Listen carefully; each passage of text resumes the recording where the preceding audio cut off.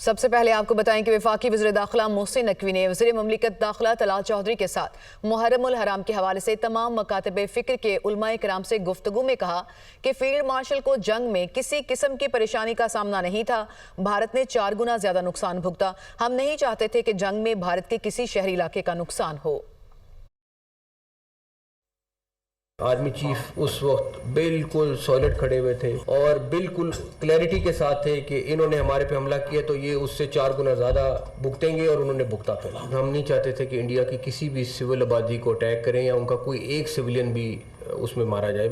हमने missile fire किए जब उनकी तरफ, वही मिज़ाइल जाके उनका जो सबसे बड़ा ऑयल का डिपो था उसमें जाके लग गया और वो पूरी आबादी बच गई। और वहाँ पे आपने देखा होगा वीडियोस में, जो सबसे बड़ी वो आग वाली वीडियो है वो उसकी है। ईरान के साथ सीज़ फायर नज़र आया है और ईरान को एक कामयाबी नज़र आई है। मैं आपको सिर्फ ये ज़रूर बताऊँगा कि इसमें प्राइम मिनिस्टर साहब का बड़ा रोल है और इसके पीछे भी वर्दी है। मुहर्रम के महीने में जो अमन व अमान, जो बाकी सारी चीज़ें, वो आप सबके बगैर मुमकिन नहीं है। हुसैन भी सबके हैं।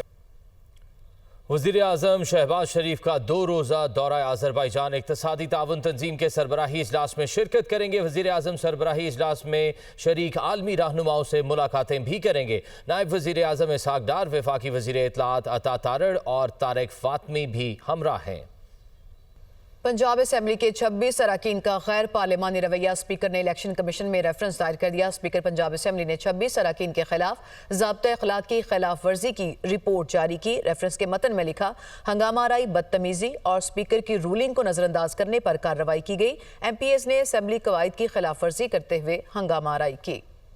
पंजाब असेंबली के 26 अपोजिशन अरकान के खिलाफ नाअहली का रेफरेंस दायर। स्पीकर पंजाब असेंबली मलिक अहमद ने इलेक्शन कमीशन में रेफरेंस दायर किया। इलेक्शन कमीशन में दायर रेफरेंस के मुताबिक स्पीकर पंजाब असेंबली ने 26 अरकान के खिलाफ ज़ाब्ता अखलाक की खिलाफ वर्जी की रिपोर्ट जारी की। दायर रेफरेंस में कहा गया है कि स्पीकर के बार बार कहने के बावजूद अरकान ने ऐवान में नज़्म ज़ब्त बहाल न होने दिया। MPs ने असेंबली कवायद की खिलाफ वर्जी करते हुए जानबूझकर इजलास की कार्रवाई में खलल डाला और शोर शराबा करके असेंबली की कार्रवाई मुअत्तल करवाई। गैर पार्लिमानी अल्फाज के इस्तेमाल, शोर शराबा और बदनज़मी पर इन अरकान के खिलाफ कार्रवाई की सिफारिश की जाती है। स्पीकर ने असेंबली कवायद के रूल 210 के तहत अपना इख्तियार इस्तेमाल करते हुए रेफरेंस दायर किया है। रेफरेंस में स्पीकर ने ऐवान के कवायद की शिक 15 और 210 का हवाला भी दिया है और 26 MPs को नाअहल करने की दरख्वास्त के साथ अरकान के नामों की फहरिस्त भी जमा करवाई गई है। स्पीकर पंजाब असेंबली मलिक अहमद खान का कहना है कि पंजाब असेंबली के 26 अरकान के खिलाफ रेफरेंस दायर कर चुके मुंतखब होकर असेंबली में आइन की पासदारी का हल्फ उठाया जाता है, फिर उसी हल्फ की खिलाफ वर्जी की जाती है। आइन की खिलाफ वर्जी और हल्फ की पासदारी करने की कसम उठाना और फिर उसकी खिलाफ वर्जी करना किस जुमरे में आता है? मजीद क्या कहा, आपको सुनवाते हैं। मेरे सवाल बड़े बुनियादी सवाल हैं।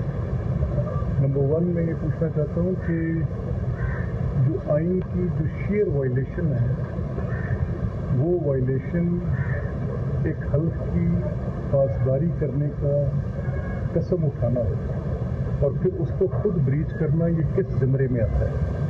ये सवाल मैंने इलेक्शन कमीशन के आगे रखा और पूछा है। I need an answer to this is constitution, ये आइन है। और आप हल्फ उठाते हैं, असेंबली में पहले दिन जाते हैं और जाकर आप हल्फ उठाते हैं कि मैं आईने पाकिस्तान को वफादार हूँ। तो आईने पाकिस्तान से वफादारी, मैं उसकी पासदारी करूँगा, मैं उसकी आइन के साथ मैं अपने खुद रिश्ता जिसको कायम रखने का हल्फ उठाते हैं। तो इसी आइन के आर्टिकल 69 में ये लिखा है कि ये जो असेंबलीज़ हैं ये अपने रूल्स खुद बनाएंगे। कराची और अंगी टाउन मोमिनाबाद में फायरिंग से 3 अफराद के कत्ल का मामला, वाक़े की CCTV फुटेज मंजर आम पर आ गई। घर के बाहर सड़क पर जमा होने वाले कुछ अफराद को देखा जा सकता है। बातचीत के दौरान एक शख्स की फायरिंग से भगदड़ मच गई। पुलिस के मुताबिक फायरिंग का वाक़या खानदानी रंजिश की बिना पर पेश आया।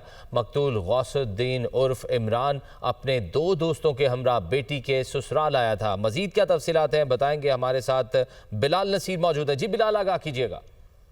जी बिल्कुल, ये औरंगी टाउन मोमनाबाद में गुज़िश्ता रात फायरिंग का वाकया हुआ था जिसमें 3 अफराद जाँ बहक हुए थे। इसकी सीसीटीवी फुटेज में वाज़ेह तौर पर देखा जा सकता है कि घर के बाहर चंद अफराद जो हैं वो जमा हैं। पहले वो बातचीत करते हैं और बातचीत के दौरान अचानक से एक शख्स जो है वो फायर करता है, जिसके नतीजे में 2 अफराद जो हैं मौके पर ही जमीन पर गिरते हुए देखे जा सकते हैं, जबकि एक शख्स को अकब से पकड़ कर लाया जाता है और उसके बाद उसे भी गोली मारकर वहीं पर कत्ल कर दिया जाता है। वाकया जो है गुज़िश्ता रात का है, जिसके बाद फौरी तौर पर पुलिस एक्शन में आई थी और 2 मुल्जिमान को गिरफ्तार किया था, जबकि जो दीगर साथी फरार हैं उनको सीसीटीवी फुटेज की मदद से शनाख्त भी किया जा रहा है और पुलिस कहती है कि जल्द इस फरार मुल्जिमान को भी गिरफ्तार कर लिया जाएगा। जी बहुत शुक्रिया बिलाल नसीर। सानिहा सवात जाँ बहक अफराद के वर्सा गम से नढाल हैं। वाकई में जिंदा बच जाने वाले मर्दान के रूल अमीन अपनी बेबसी पर गमगीन कहा, वक़ूए के वक्त बच्चे दरिया पर जाने की जिद कर रहे थे। दरिया पर पहुंचने के कुछ देर बाद सैलाब आने का पता चला। हम निकल ही रहे थे कि पानी ने घेर लिया। मुझे लोगों ने निकाला, 2 भतीजे और बाकी रिश्तेदार डूब गए।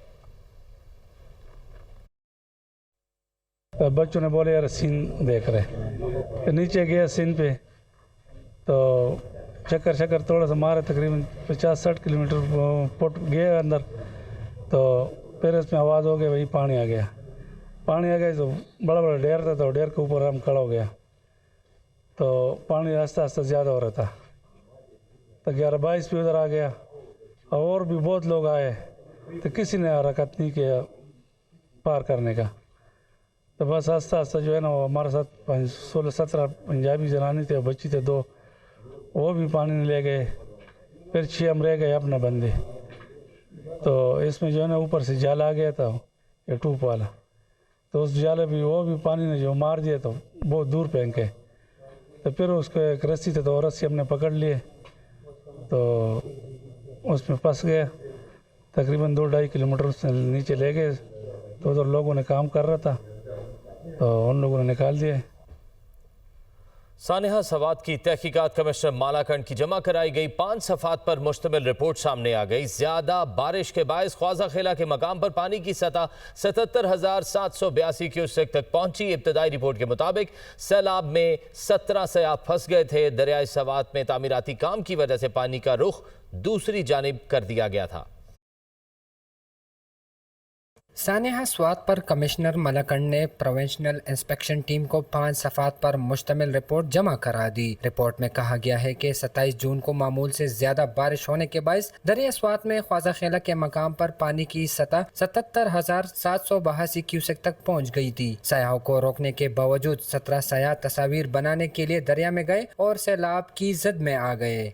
रिपोर्ट के मुताबिक बह जाने वाले 17 सयाहों में 10 का ताल्लुक सियालकोट पंजाब से था, 6 का ताल्लुक मर्दान और 1 मकामी सयाह भी शामिल था। रिपोर्ट में कहा गया है कि सयाह 8:31 पर होटल पहुंचे और 9:31 पर दरिया में गए और 9:45 पर पानी की सतह बढ़ने पर रेस्क्यू को कॉल की गई, जिस पर मुतलका हुकाम 20 मिनट बाद यानी 10:05 पर जय वकुआ पहुंचे। रिपोर्ट में कहा गया है कि सैलाब के खतरात के पेश नजर तमाम मुतलका इदारों को पहले ही अलर्ट किया गया था, जबकि 2 जून से 1 महीने के लिए मलाकंड डिवीजन में दफा 144 का निफाज भी किया गया था। रिपोर्ट में ये भी बताया गया है कि हादसे के बाद हुकूमत हरकत में आई और deputy commissioner Swat, additional deputy commissioner, assistant commissioner Babuzai और ख्वाजा खेला स्वात को मुअत्तल किया गया, जबकि डिस्ट्रिक्ट इमरजेंसी ऑफिसर और तहसील म्यूनिसिपल ऑफिसर स्वात को भी मुअत्तल किया गया। सानिहा सवात की तहकीकात और दरियाओं को महफूज बनाने का केस पेशावर हाई कोर्ट ने समात सितंबर तक मुलतवी कर दी। मुतल्लिका अजला के कमिश्नर्स और दीगर फ्रीक्वेंसी रिपोर्ट तलब। अदालत ने इंडस हाईवे और हजारा मोटरवे की खराब सूरत हाल पर भी NHA हुकाम से रिपोर्ट तलब कर ली। स्वात सानेहे की तहकीकात और दरियाओं को महफूज बनाने के लिए दायर दरख्वास्त पर पेशावर हाई कोर्ट के खुसूसी बेंच ने समाअत की। बेंच में नामजद chief justice SM Atiq Shah और जस्टिस फ़हीम अली शामिल थे। अदालत के हुक्म पर एडवोकेट जनरल मुतअद्दिद अजला के कमिश्नर्स, डिस्ट्रिक्ट पुलिस ऑफिसर्स और दीगर अफसरान अदालत में पेश हुए। अदालत ने स्वात सानेहा पर मुतल्लिका अफसरान से अब तक की गई तहकीकात में पेशरफ्त और मुस्तकबिल में ऐसे वाक़यात की तदारुक के बारे में आगाही हासिल की। नामजद चीफ जस्टिस ने सवाल किया कि बरवक्त सयाहों को हिफाजती जैकेट्स क्यों फराहम नहीं की गई। दोबारा किसी इमरजेंसी की सूरत में आपकी क्या तैयारियां है, जिस पर मुतल्लिका अफसरान ने अदालत को बताया कि सयाहों की सहूलियात और सिक्योरिटी के लिए मौजूद तमाम वसाइल को बरूई कार लाया जा रहा है। कमिश्नर मलाकंड और हजारा ने अदालत को बताया कि सयाहती मकामात में दफा 144 नाफिज है और अब तक मुख्तलिफ कार्रवाइयों में 50 से ज्यादा अफराद को गिरफ्तार भी किया गया है। दूसरी जानिब इंडस हाईवे और हजारा मोटरवे की अबतर सूरत हाल से मुतल्लिक दायर दरख्वास्त पर भी समाअत हुई। समाअत के दौरान कमिश्नर कोहाट और कमिश्नर हजारा डिवीजन अदालत में पेश हुए। नामजद चीफ जस्टिस SM दीक्षा ने कमिश्नर हजारा से इस्तिफसार किया कि आपके पास कौन सी गाड़ी है, जिस पर कमिश्नर ने कहा कि बड़ी गाड़ी है। चीफ जस्टिस ने कहा कि आपके पास लग्जरी गाड़ी है, इसलिए आपको पता नहीं कि हजारा मोटरवे कितनी खराब है। दौरान समाअत अदालत ने मुतल्लिका हुकाम को 90 रोज के अंदर अंदर इंडस हाईवे हजारा मोटरवे की तामीर और मुरम्मत को यकीनी बनाने के अहकाम जारी किए। मुशीर इत्तलात खैबर पख्तूनख्वा बैरिस्टर सैफ का कहना है कि सवात में अफसोसनाक सानहे पर कार्रवाई की गई। रिलीफ के फुकदान पर संजीदा एक्शन हुआ। ज़िले इंतजामिया ने इकदाम किए, अफसरान को मुअत्तल भी किया गया। मजीद क्या कहा आपको सुनवाते हैं। स्वात का जो वाक़या हुआ था वो एक इंतहाई अफसोसनाक वाक़या था और उस पर उस वाक़े पर उसमें रिलीफ का जो फुकदान हुआ और जो इंसानी जानों का ज़िया हुआ, उस पर ना सिर्फ ये कि कार्रवाई की गई बल्कि ज़िले इंतज़ामिया ने उस सिलसिले में काफ़ी संजीदा किस्म के इक़दाम किए हैं। अफसरान को मुअत्तल भी किया है, इंक्वायरी भी हुई है। चीफ सेक्रेटरी साहब यहाँ मौजूद हैं। इंक्वायरी का जैसी नतीजा आएगा, जो भी मुर्तकिब और जिम्मेदार होंगे उन सब के खिलाफ कानूनी कार्रवाई की जाएगी। हेलीकॉप्टर जिसमें हम आए हैं, ये छोटा हेलीकॉप्टर है, ये रेस्क्यू का हेलीकॉप्टर नहीं है। आपको अच्छी तरह पता है कि रेस्क्यू बजाते खुद एक स्पेशलाइज्ड ऑपरेशन होता है, जिसमें उस हेलीकॉप्टर के अंदर वो साजो सामान भी होना चाहिए जो लोगों को बचा सके। हमारे पास ये जो हेलीकॉप्टर है, ये छोटा हेलीकॉप्टर है और ये सफ़र के लिए तो ठीक है, लेकिन अगर ज़रा सा मौसम भी ख़राब हो तो उसमें वो सफ़र नहीं कर सकता। वज़ीर-ए-आज़म के मशीर बराए सियासी अमूर अनस नाउला ये कहते हैं कि वज़ीर-ए-आज़म ने गुज़िश्ता 1.5 माह में 3 मरतबा अपोजिशन को मुज़ाकरात की दावत दी। जमहूरियत में डायलॉग से मामलात हल होते हैं, डेडलॉक से नहीं। वज़ीर-ए-आज़म ने कहा कि मुल्क को दरपेश मामलात पर बात करेंगे। बजट वाले दिन भी वज़ीर-ए-आज़म ने मुज़ाकरात की बात की। प्रोग्राम ऑन द फ्रंट में गुफ्तगू करते हुए उन्होंने मज़ीद कहा कि नवाज शरीफ भी डायलॉग के हक में हैं। वज़ीर-ए-आज़म मियां शहबाज शरीफ साहब ने पिछले तकरीबन 1-1.5 माह में 3 मरतबा अपोजिशन को जो है वो खुद उनको ये कहा है कि आए बैठे बात करें। जमहूरियत में डायलॉग से मामला हल होते हैं, डेडलॉक से नहीं होते। शहबाज शरीफ साहब ने कहा जो मुल्क को दरपेश इशूज हैं उनके ऊपर हम जो है वो बात करेंगे। इसी तरह से जिस दिन बजट पास हुआ उस दिन भी उनकी सीट पे जाके उनसे हाथ मिला के उन्हें कहा कि देखें मुज़ाकरात होने चाहिए। मियां नवाज शरीफ साहब जो है वो बिल्कुल डायलॉग के मसला ये है के हक में है। इस वक्त जो है वो मुल्क को इस मुआशी बहरान से निकाल के खुशहाली की तरफ लेके जाने की जरूरत है। सारे मुत्तफिक हो जाए चार्टर ऑफ इकोनॉमी के ऊपर। अगर प्री कंडीशन हम लगाएंगे कि जी ये करोगे तो फिर करेंगे, वो करोगे तो फिर करेंगे, तो इस तरह से डायलॉग नहीं होते, मुज़ाकरात नहीं होते। गवर्नर खैबर पख्तूनख्वा फैसल करीम कुंडी ने कहा है कि जिस दिन असेंबली में हमारा एक भी रुकन ज़्यादा हुआ तो तहरीक अदम एतमाद ला सकते हैं। खैबर पख्तूनख्वा असेंबली में ऑपोजिशन के पास 52 या 54 अरकान हो चुके हैं। जिस दिन असेंबली में हमारा एक भी रुकन ज़्यादा हुआ तो हमारी जमहूरिया हक है कि अदम एतमाद ले आएँ। हम वज़ीर आला खैबर पख्तूनख्वा के खिलाफ कोई साजिश नहीं कर रहे। PTI के डायलॉग हम पहले भी सुनते थे कि जब अदम एतमाद कामयाब हुआ वो सबके सामने था। अगर PTI के पास वफाक, पंजाब, बलूचिस्तान और सिंध में ज़्यादा अरकान हैं तो वो अदम एतमाद ले आए। गवर्नर मेरी हुकूमत नहीं गिरा सकते, उनकी कोई हैसियत नहीं। फैसल करीम कुंडी कौंसलर का इलेक्शन भी नहीं जीत सकते। वज़ीर आला खैबर पख्तूनख्वा अलीमीन गंडापुर की मीडिया से गुफ्तगू कहा सवात वाक़े की इंक्वायरी चल रही है, जिम्मेदारों को सजा दी जाएगी। दरियाओं के करीब गैर कानूनी तामीरात को खत्म किया जाएगा। आपका मौका सर स्वात के हवाले से इंक्वायरी कमेटी चेयरमैन ने कहा है कि इदारों की कोताहियां सामने आई हैं। इंशाल्लाह जिसकी कोताही होगी सुधार होगी उसको बाकी जो इंक्रूमेंट कैंपेन है वो अक्रॉस द बोर्ड होगी। कोई भी एग्जेम्प्टेड नहीं है। चाहे ताकतवर भी है, जिसने एनरोलमेंट की है वो सारे के सारे एनरोलमेंट खत्म की जाएगी, उसकी सवाल भी नहीं की जाएगी। जहाँ जहाँ पर भी हमारे तरह के दरिया है बहते हैं उन एरिया में सब ने इंशाल्लाह शुरू कर दी है। सीनियर वजीर सिंध शर्जील मेमन ने कहा है कि अली अमीन गंडापुर को किसी अपोजिशन की जरूरत नहीं है। तहरीक इंसाफ को किसी से खतरा नहीं, वो खुद अपनी दुश्मन है। बानी अपनी पार्टी की वजह से जेल में है। केपी में अमन व अमान की सूरत हाल मखदूश है।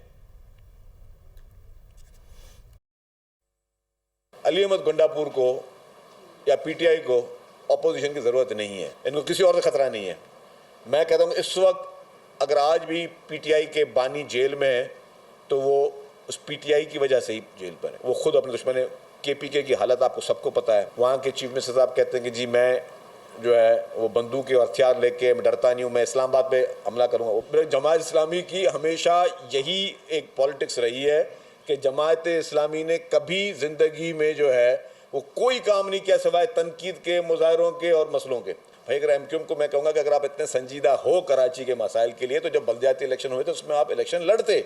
और 8, 9 और 10 मुहर्रम के जो मजलिस या जो जुलूस होंगे उसमें कोशिश की गई है कि उसको फुल प्रूफ सिक्योरिटी के तौर पे काम किया जाए।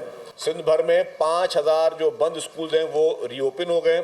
93,118 टीचर्स को अभी भर्ती किया है। 21 लाख घर भी चेयरमैन पाकिस्तान पीपल्स पार्टी मोहतरम बिलावल भुट्टो ज़रदारी साहब ने दिए हैं। वज़ीर आला पंजाब मरीम नवाज ये कहती हैं कि पंजाब प्लास्टिक फ्री बन रहा है। प्लास्टिक बैग सदियों माहौल में रहकर तबाही फैलाते हैं। कपड़े और कागज़ की थैलियों के इस्तेमाल को फ़रोग़ दिया जा रहा है। प्लास्टिक बैग ज़मीन की ज़रख़ेज़ी और आबी हयात ख़त्म करते हैं। प्लास्टिक का इस्तेमाल कैंसर समेत मुहलिक बीमारियों का सबब है। मार्केट्स में माहौलियाती कवानीन पर अमल दरामद का कल्चर लाया जा रहा है। स्कूल और कॉलेजेस में प्लास्टिक फ्री पंजाब की आगाही मुहिम जारी है।